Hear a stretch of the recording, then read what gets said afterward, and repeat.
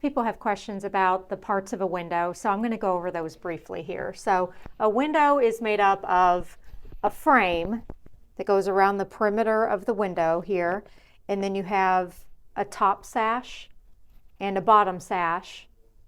And then you also have the lock and lift at the bottom of the window.